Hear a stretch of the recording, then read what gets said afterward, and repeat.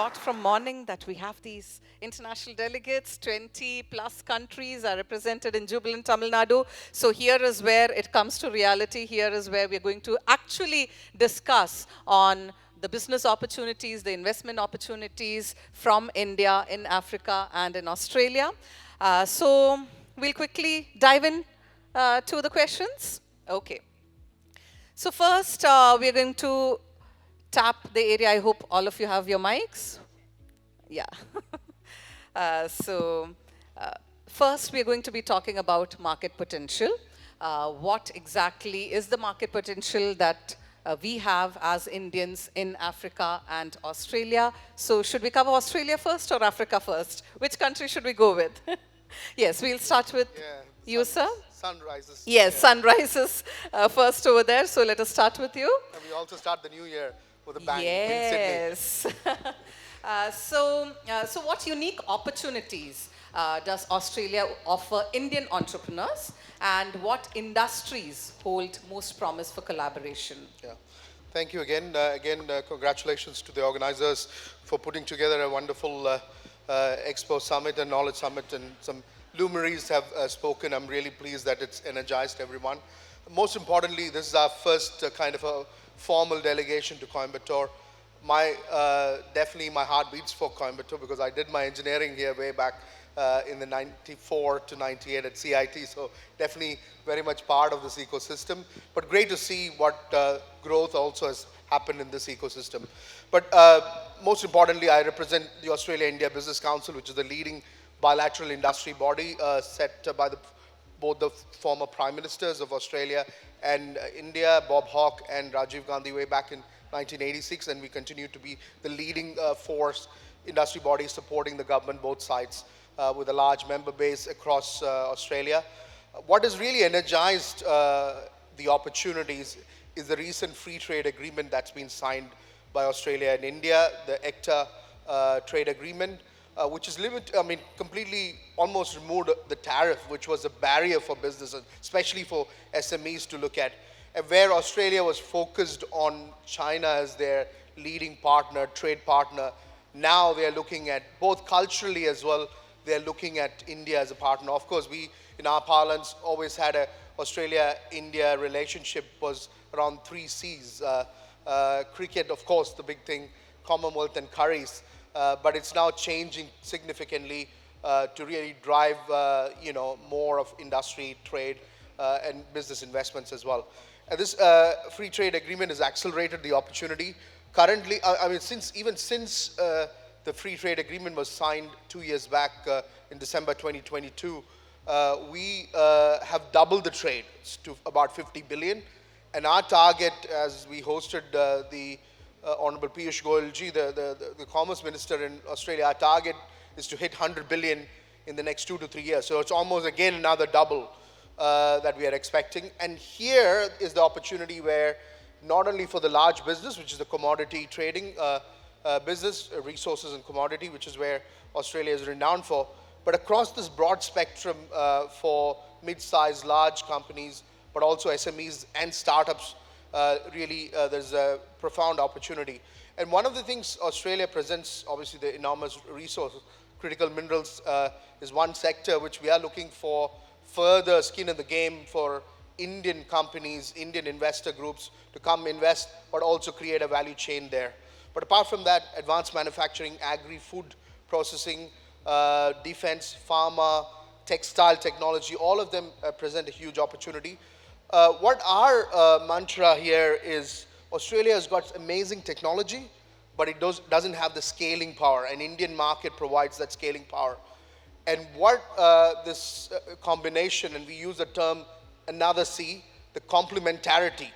What Australia needs, India has, and what India needs, Australia has. So especially, we spoke about EV and the whole new sunrise, solar, PV, all the sectors, they need these critical minerals and resources which Australia has. But all we need to do is essentially build that long-term strategy, put skin in the game, that's the term we use in Australia, invest into these growth opportunity, and then scale that technology to India. That's what we're looking at. And we are obviously working with several states as well, and we are very pleased that we are here in Tamil Nadu, especially looking at the trillion-dollar economy growth engine that Tamil Nadu has to offer.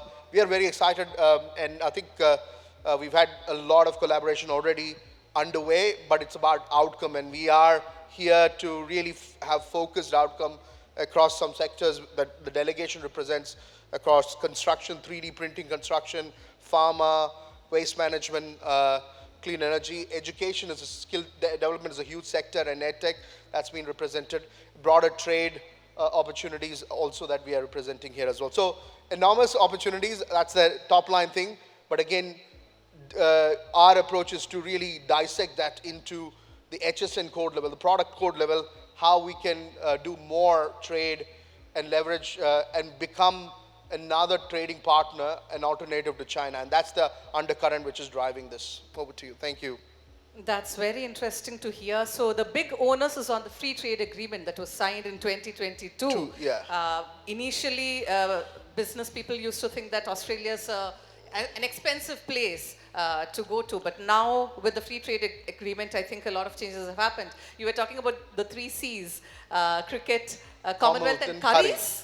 Curries, that's what Indian, Okay. Indian food. Yeah. Okay, but now I think with collaboration Exactly. and complementing each other's Exactly, complementarity. strengths. Exactly. We have technology in Australia and scaling up from Indians, and he mentioned the industry sectors that are pretty ripe over there to invest in, Yes.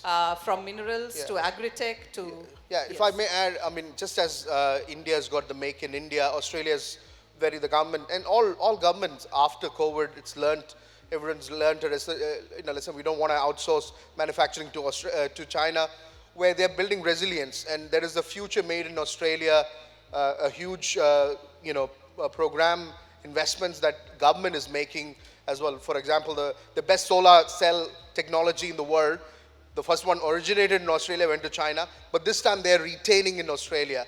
They want to do technology partnership with India, but they're retaining that.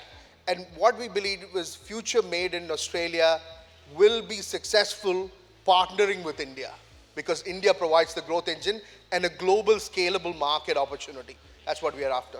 That's very interesting. So just as Make in India, there is the Make in Australia campaign also Yeah, going huge. on. But then if we join hands, it can become stronger. Yeah, in fact, we have a forum within the Business Council called Make with India, Oh, which is that's politically, nice. politically also Diplomatic, diplomatic actually. as well. Very diplomatically made. Make with India. That's nice. So on that note, let's travel down to the beautiful continent of Africa. Who shall we start with? Shall we?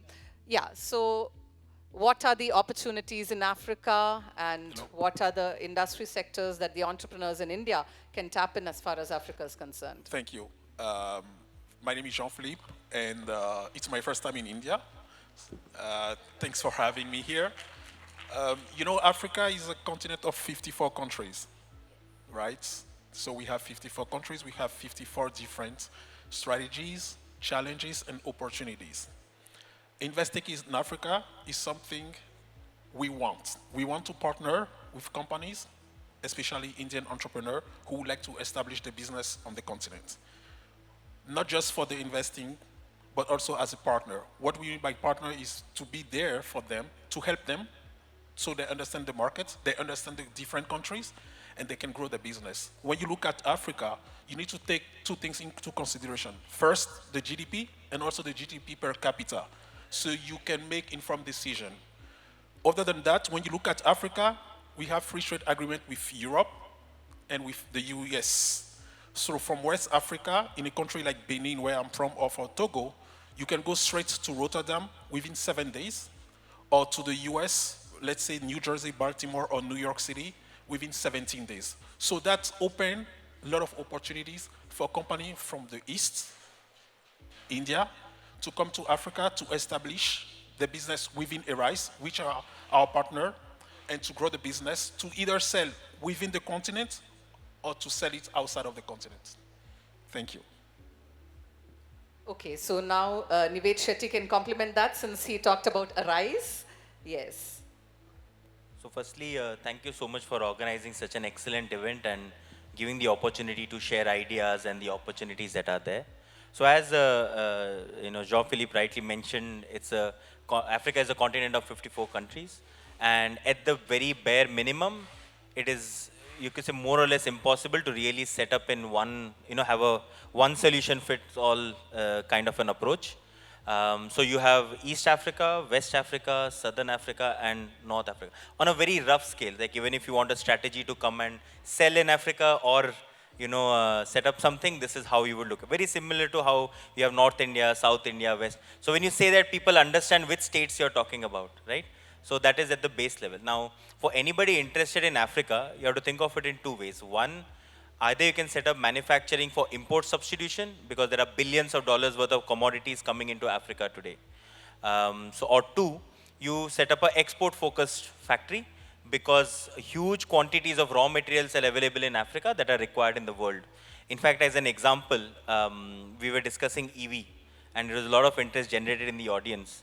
But the key elements that are required for that, nickel, copper, graphite, cobalt, it's all in Africa.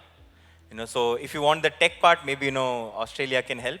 And if you want to be on the raw material side, process it, and, ship it to the countries where the production is happening, you can do it in Africa. In fact, we as Arise are already working with a lot of partners on copper value chain, iron ore value chain, cobalt, nickel, and we are seeing how it can be formalized. In fact, the government of Zambia also did a EV value chain study with Arise to see how, let's say, in the next 20, 25 years horizon, Zambia, Tanzania, DR Congo can capitalize on their natural resources and maybe have an EV industry of their own. So a lot of exciting things are happening in Africa. One of the main challenges has always been how to do it in Africa, who will support, what about the legal framework.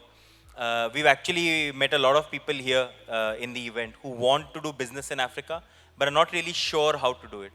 And so this is where Arise and even JP, several companies that come into the picture. Because we've been working with Indian, Chinese, Vietnamese, Korean entrepreneurs who connect with us. They tell us what exactly they want to do on a global scale. And then we guide them through the legal framework or the tax incentives framework country by country and then help them set up. So we have over 150 factories in our industrial zone in Gabon as an example. So in 2021, the tiny country of Gabon with a population of 2 million did more plywood sales in Europe than China, as an example. So they're more competitive than China on plywood. So in fact, even the New York Times wrote an article on our zone in Gabon because of that. So the largest, on an average, a cashew factory, let's say in India, is anywhere from 2 tons to 4 tons, just as an example. But now you have cashew factory set up in Africa that will do 200 tons per day, compared to an average factor 2 to 4 tons in India. So a lot of things are now possible. In fact, Indian entrepreneurs are coming and doing it. People who are interested should really just pick a sector, pick an investment budget, and there are many people like Arise who are happy to support them set up in Africa.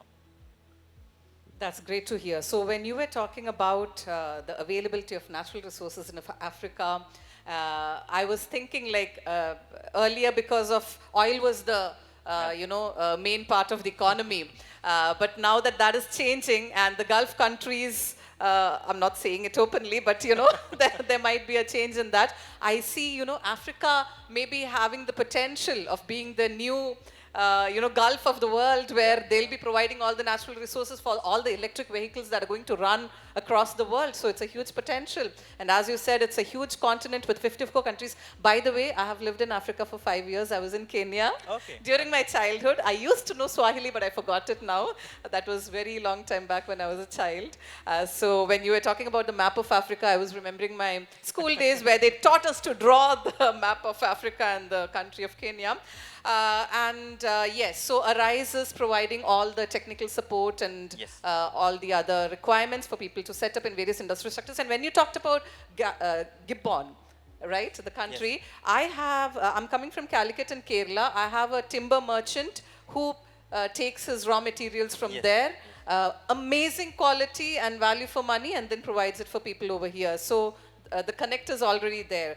Now that we have got our takes from Australia and Africa, we have an international business consultant over here. So we would like to hear her overview as well about the connect, how we can go about it. Thank you so much, Anita. First of all, fantastic questions to initiate the discussion. Absolutely agree with the points made by Irfan, Jean-Philippe, and Nived. Talking about Australia first, I mean, you highlighted the many sectors that are of importance. So, from an India relationship perspective, with regards to both the trade and investment landscape. Talking about trade, of course, the ECTA has played a very, very important role by cutting tariffs.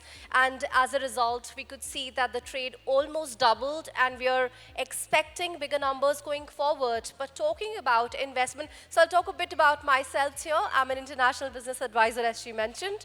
I represent a full services consulting firm, and we facilitate market entry and expansion into Asian and African and global markets for that matter. So when you have an idea, we are the ones who support you to envision it, to deliver, and to execute. So talking from that perspective, when he mentioned various sectors in Australia which could be of importance to Indian entrepreneurs, I think one of them would be education, as he rightly mentioned. There are around 90,000 students who go study in Australia annually. Now, what could be the opportunity for Indian entrepreneurs here? You could possibly design pathway courses, to enable the Indian students to have a head start as compared to the others who directly go. You could maybe offer vocational courses to the Indian students to help them find better job opportunities in Australia. That's one of the opportunities. You could tie up with universities in Australia to provide digital courses in India, so that the cost of living, there are many students who cannot go there because of cost restrictions, but this would enable them to study the Australian degrees, and being in India, it would cut their cost yet give them the required access. The second sector, as he mentioned, is renewable energy and minerals. So again, Australia is going big on renewable energy. It is committed to become net zero in the next couple of years, and how India could support is by helping them enable it. Australia is extremely advanced in technology. What they do not have is the necessary growth engine, be it the skilled workforce, be it the lower cost workforce, or be it the mechanisms to enable that manufacturing. India could be your partner, Australia's partner in enabling this growth. And how Indians could support this is maybe inviting Australians to set up manufacturing facilities in India, not only to produce for Indian markets, but for the global markets and the Australian markets, while the technology could be retained by the Australian government, as I think the aim is, right? So this is just, one of the potentials how India and Australia could partner. Talking about Africa, beautiful, vast, diversified land with 54 countries, as you rightly mentioned. And I read this, read about this African Continental Free Trade Agreement, right? Free trade framework. Now, this is a huge free market that will enable access to all of you, all the Indian entrepreneurs who want to go business there. The valuation is approximately around $3.4 billion. And imagine the kind of opportunities you have. But as an advisor, what I would suggest is Africa is a huge market. So is Australia. It's varied. So when you make a decision that you want to export your product outside, what is very important is to study the landscape, understand which region in Africa or Australia would be most suited for your operations. What is the kind of business model you would want to adopt? Is it trade? Is it actually going and setting up a facility there? Devise that strategy as per your long-term and short-term vision.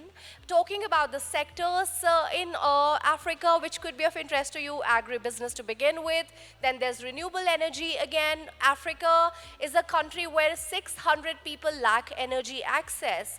And exports from Australia, exports from India and Australia for items like solar panels or energy storage battery systems could actually enable them to develop this particular field. So yeah, I think those were my very long two bits on how we could have synergies between both countries and India. Thank you. Those are amazing ideas, Naina.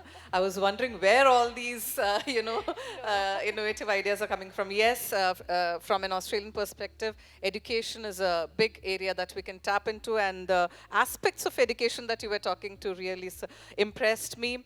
And even from the African subcontinent, you were talking about the areas that we can, but we have to be very careful about the strategy, the sector that we are investing in, and we have to have a proper vision and plan. That is very important, and that is where advisors like all of you come into play.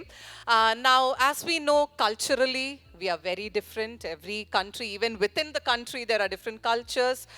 So when an Indian is investing in Africa or Australia, there will be cultural differences, and there are business law differences as well.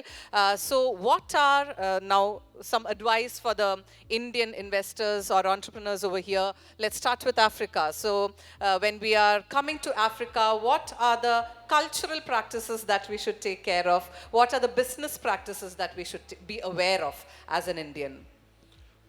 Thank you. I think Africa is, we have 54 countries, and within Yes. each countries, we have thousands of different social and cultural norms. So it's very hard to say this is how we should do it. The only thing I'm sure of is Africa is open for business.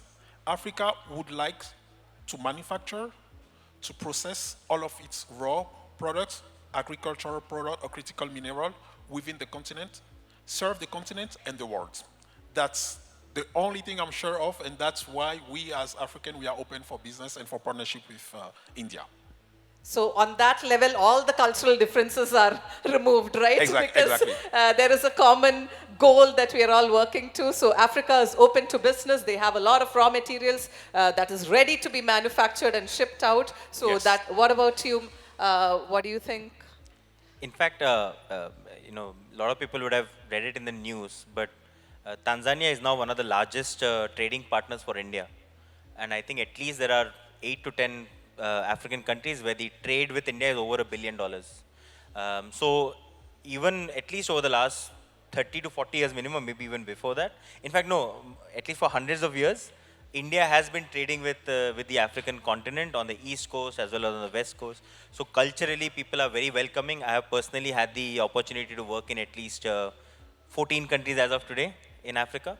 And one thing I can assure people is if they take that first step to try and expand their business in Africa or to trade with an African country, they're going to come back with definitely a positive outlook to how they can expand globally from there.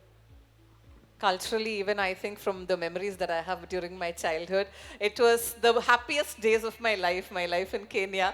Yeah, it's a very open and welcoming and loving society, and a beautiful place, beautiful countries, the entire continent. As you said, it's very complicated to speak about Africa as such because there are so many countries, so many different cultures. What about Australia? I think Australia, obviously, there's strong cultural differences. Obviously, it's a Western country, but we have a Commonwealth kind of, connect as well. But what the thinking and the thought process, which is at multi-level that's happening, is Australia, very small country in terms of population, 26, 27 million, probably less than Kerala or whatever it is. So, but there is a growing Indian diaspora. So that's about 1 million strong Indian diaspora. A lot of, a lot of Punjabis, a lot of people from Gujarat, Kerala, and other states, Tamil Nadu, Telugu, Andhra, and all. But it's a growing diaspora, and there is this increasing focus on how we can leverage the diaspora and their cultural linkages to India, whether it is, to connect in terms of opportunity. That's where we all play a role, but also understanding the culture of business both in Australia and India and being a conduit. What we, one of the major research and even a roadmap document which is commissioned about Australia-India strategy or, strategy around doing business with India from an Australian perspective, talked about, planning, preparation, perseverance, because India is a big market. But there was a strong focus on building strong partnership, that P for partnership, whether partnering organizations. But now this time it's gone further, recognizing the Indian diaspora and the role of Indian diaspora, the expats who are living or who've called Australia home, like me and other delegates we have, to leverage them because they've got the business connect and they know the culture of business. There's also strong awareness being created where India is not a transactional kind of a relationship. It is a strong longer-term relationship or oriented market. So that's something which there is a strong drive from Australian government partnering with us to really build those connections back with us, India. And again, India, we are looking at a state-based approach. What are the key strengths of each of the states? And we're focusing on those strengths. And then again, leveraging these cultural connects through the diaspora as well. But in terms of Australia, for especially for Indian companies wanting to set up in Australia, there again, various states are offering various incentives and opportunities. So if it's EV or clean energy, we've got Western Australia, New South Wales, Queensland, and South Australia as great markets. If it's healthcare, med tech, and pharma, Victoria and New South Wales are great markets. So having a state-based approach as well is something which we strongly recommend. But again, leveraging as much the Indian Diaspora Connect, organizations like us who can facilitate. We again are a member-based organization, 4,000 plus members, where a strong diaspora, SME are members and who can support as well. So that's how we are taking that approach. I think that is a major strong point that we have, the vast Indian diaspora that we have in Australia, AIBC for that matter. So Indians, to wherever we go in the world, we are there and we can leverage that strength. And I think you can support us a lot. You can support any aspiring entrepreneurs who want to. And we have recently done several delegations. We had a Karnataka-based startup delegation we hosted, and part of that we launched about 3 of them. And now they are tracking businesses also. We handhold them. So obviously the government agencies are there to facilitate and talk to create awareness and advocacy. But AIBC, we go far by handholding them to get their first business and connect them with business opportunity. Matching business opportunities is something we go further. And our team and our member organizations, they facilitate that as well. Very interesting to hear. So Naina, we all talk about the Japanese way of doing business, the Korean way of doing business. Chinese have another style of business. Their cultures are varied, their practices are varied. What is your take on Africa and Australia? So I just loved Jean's point that, when you have to do business, differences do fade, but having said that, we also have to understand the differences are there, and while they fade, we still have to, traverse that trajectory, the in-between of it. That's the same with Australia as well.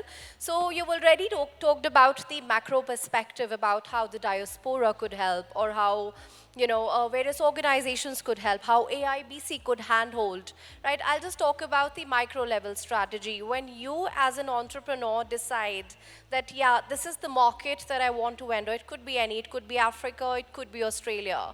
What's important is to understand, so when you have the strategy and the business plan in hand, that this is the exact region I want to enter with my product, you have to understand the nuances and the cultural sensitivity of the population there, because this will determine everything, including the kind of resources you hire, the kind of product that you will modify as per the requirements of the public there, consumer insights. It was a fantastic session.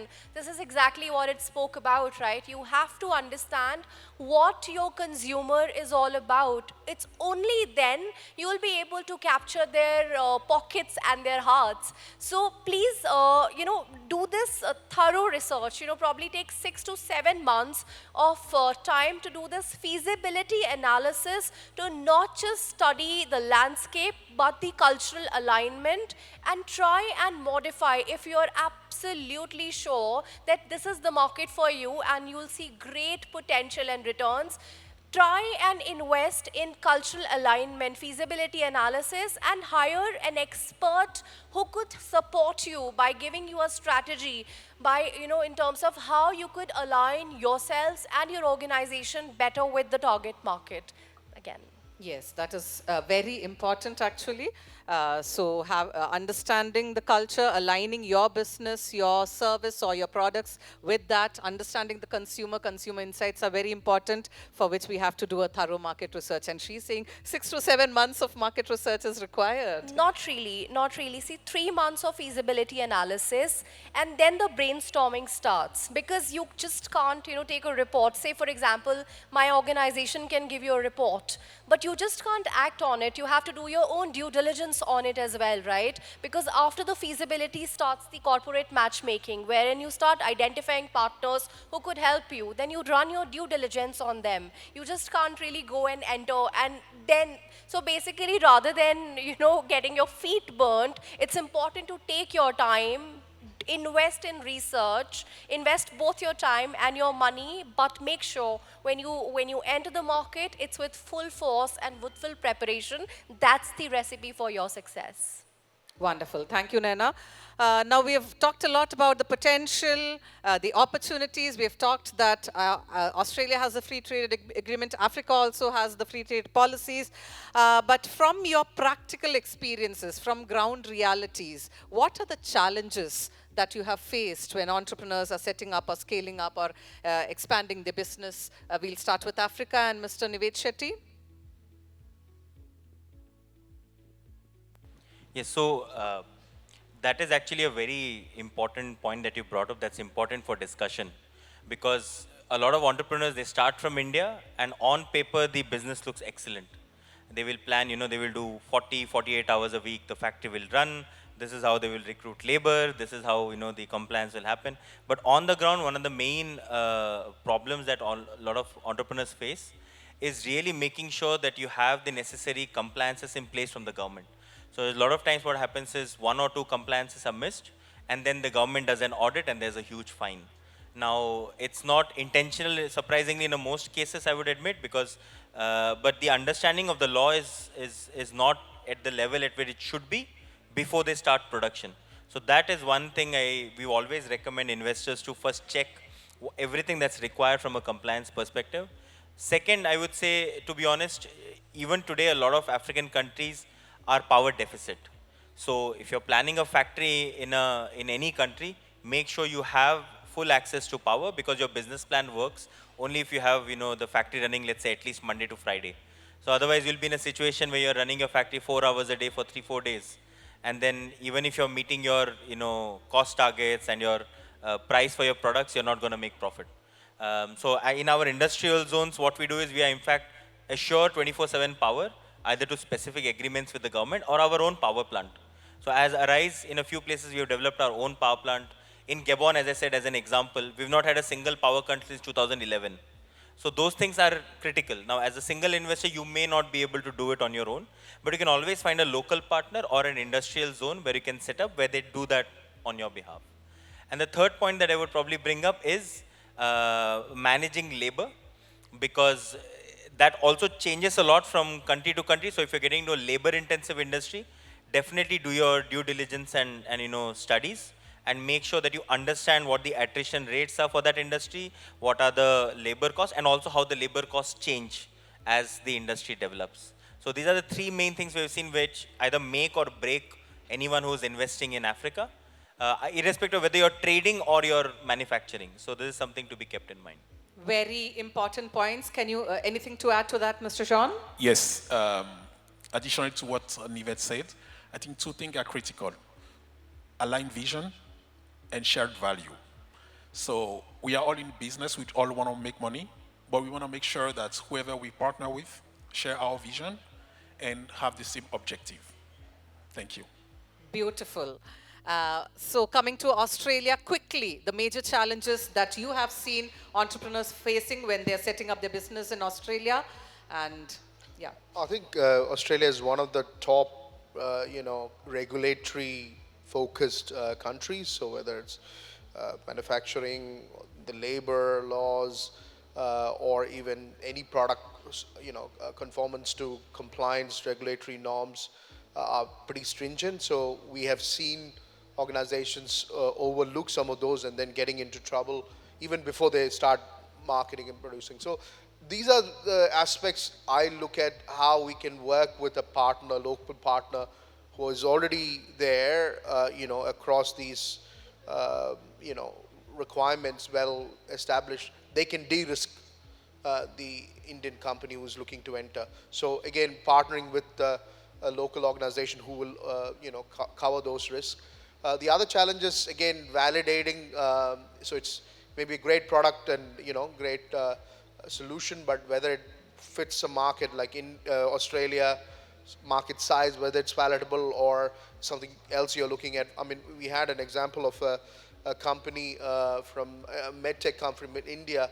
They were looking to go to Middle East, but we saw that there was an opportunity to service certain markets in Australia, and then we took the Australian entity to Middle East. We had 300% more value that we could generate as well in Middle East. So again, that's the perceived value that the value add we can drive. Again, leveraging an Australian. On a similar lines, we had an Australian pharma company who's now with Australian regulatory practices, TGA, which is one of the leading in the world. We could contract manufacture here in GMP facilities here in India and service markets like Africa, Central Asia, including India as well, of course. So those are the opportunities that we have come across where we can overcome that. Of course, it's a different market. You got to look at a long-term play. So be prepared for a long-term play. Validate your product to be investable as well. So for you to grow your business in Australia, you need to raise investment. Either you bring investment from your source country, or be able to raise investment in Australia as well. So that again, we have seen ongoing investment raise challenges, but be prepared for a long-term play. So it's a longer-term play that you need to be prepared for. Understood. So I feel it's like totally different. The challenges in Africa is totally different from the challenges in Australia. And I can see people, the organizing committee staring at me saying we have outshot our time. So Naina, I'm going to give you the closing remarks for this part as to the challenges and your advice as a business consultant to all the entrepreneurs over there. So we have talked about the opportunities and the pluses. Now it is time for us to give them, an idea about the ground realities And I'll be very quick about this. I understand the time constraint. So you look at it into two perspectives. I'm not talking about Australian or African markets here. I'm talking about your export. So if you're exporting goods, make sure your product is export ready, because there are a lot of compliances each foreign market demands. So for when you have identified the market, make sure it ticks all the compliances that are required so that it could be exported to the other market and be consumed. If you're talking about investment, ensure that the kind of investment that you're going to make is scalable. There are many investors who just have all the money with them and they want to go and invest, but they do not have a long-term vision. So make sure that you're choosing the right sector for yourselves and seeing the right opportunity for your investment so that it could be scaled. That's my 2 bits again. Excellent advice. And unfortunately, I wanted to ask so many more questions about future trends, about innovation, about technology, but we have run out of time. So sadly, it is time to wind up. Thank you so much.